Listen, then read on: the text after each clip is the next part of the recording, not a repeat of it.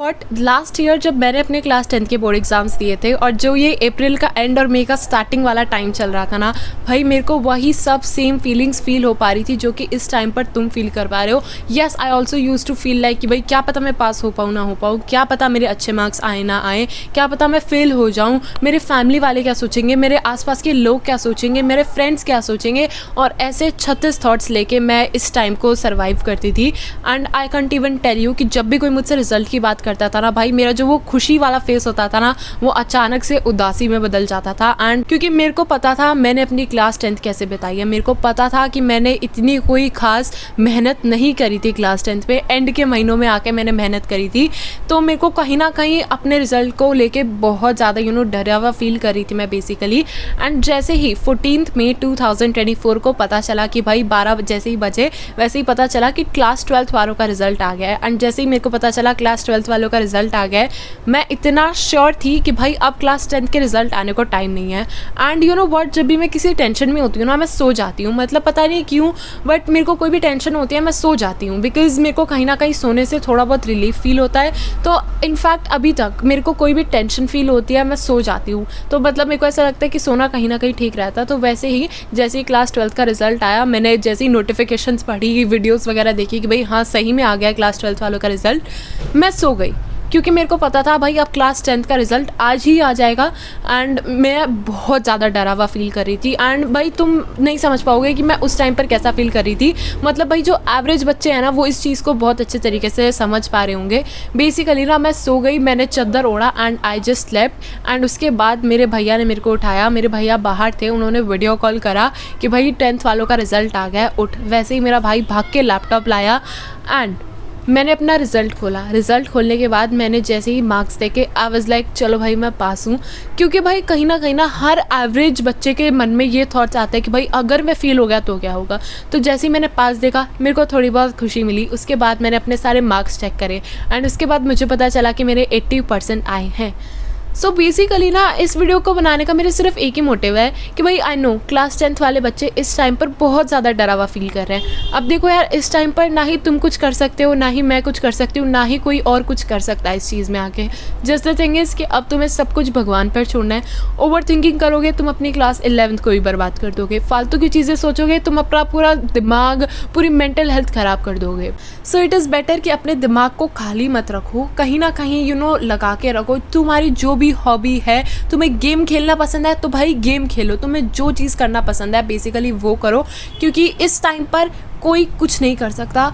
तुम्हें बस अच्छी चीज़ें मैनिफेस्ट करनी है, तुम्हें अच्छी चीज़ों के बारे में सोचना है, तुम्हें पॉजिटिव सोचना है, तुम्हें सारी चीज़ों को पॉजिटिवली लेना है। एंड जितना तुम नेगेटिव सोचोगे चीज़ें नेगेटिव होंगी। And I truly believe in manifestations, in everything, law of attraction, मैं सब चीज़ों में बिलीव करती हूँ। तो मैं इतना तो तुम्हें सजेस्ट करूँगी कि भाई और कुछ मत करो, तुम जस्ट पॉजिटिव सोचो। एंड इस टाइम पर कोई कुछ नहीं कर सकता ब्रदर। तुम किसी के भी पास जाके प्रॉब्लम लेके जाओ, they can only suggest you this कि भाई अभी ना इस टाइम पर भगवान के ऊपर सब छोड़ दो and just start thinking positive. ठीक है, आई नो बहुत ज़्यादा डरा हुआ फील हो रहा है एंड जो एवरेज बच्चे हैं भाई उनमें अलग तरह का डर है, मैं जानती हूँ। बट द थिंग इज़ कि तुम्हें अब अपने आप को सिर्फ इतना समझाना है कि भाई हाँ मैंने करी थी मेहनत, बेशक लास्ट के 1 महीने ही सही मैंने करी थी मेहनत। एंड अगर रिज़ल्ट मेरे अकॉर्डिंग नहीं भी आया तो भी कोई बात नहीं, क्योंकि मैंने मेहनत करी थी। भाई देखो, आई नो ये सोसाइटी, ये रिश्तेदार हमें सिर्फ इन सब चीज़ों से जज करते हैं कि भाई हमारा रिजल्ट क्या आया। बट द थिंग इज़ कि कोई उसके पीछे की मेहनत नहीं देखता है। तो मतलब बेसिकली ना मेरे पेरेंट्स भी इसी चीज़ में बिलीव करते हैं कि भाई देखो रिजल्ट कुछ भी आए, कभी कभार ऐसा भी हो जाता है ना कि भाई वो सेट मुश्किल आ गया, कभी कभार ऐसा होता है कि चीज़ें कन्फ्यूजिंग हो गई, बट बच्चे ने मेहनत तो करी होती है ना, तो उस चीज़ को हमें इग्नोर नहीं करना चाहिए। एंड इतना तुम्हें अपने आप को भी समझाना चाहिए कि भाई मैं इतना जो डरा हुआ फील कर रहा हूँ, क्यों डरा हुआ फील कर रहा हूँ, क्या मैंने मेहनत कम करी थी, क्या मेरे एफर्ट्स में कोई कमी थी।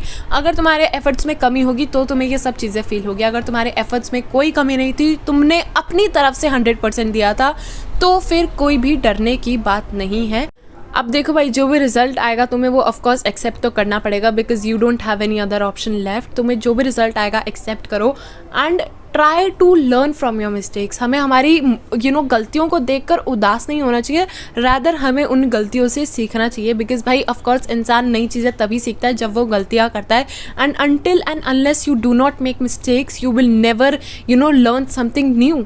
तो हमेशा गलतियाँ होती हैं ना, उनको प्यारे तरीके से एक्सेप्ट करना सीखो एंड गलतियों से बिल्कुल भी निराश होने की ज़रूरत नहीं है, बिकॉज इन दी एंड तुम जो भी चीज़ें नहीं सीखते हो ना वो अपनी गलतियों की वजह से सीखते हो। You have to know this fact and कहीं ना कहीं ये चीज़ें बहुत मैटर करती है। एंड अब मैं जब देखती हूँ ना कि भाई 1 साल पहले मेरी क्या हालत थी और 1 साल बाद क्या हालत है, भाई मैं देखती हूँ कि जो जो मिस्टेक्स मैंने करी थी ना भाई, मैं एक्चुअली उन सब चीज़ों से बहुत सारी नई चीज़ें सीख पा रही हूँ and I am truly blessed for this thing. मैंने जो जो गलतियाँ पढ़ाई वाइज पिछले साल करी थी या फिर कह लो अपने कुछ डेली लाइफ में करी थी या फिर अपने पर्सनालिटी में करी थी, जो भी गलतियाँ करी थी, मैं इतना तो श्योर हूँ कि मैंने अब उन गलतियों से बहुत ज़्यादा कुछ नई चीज़ें सीखी हैं।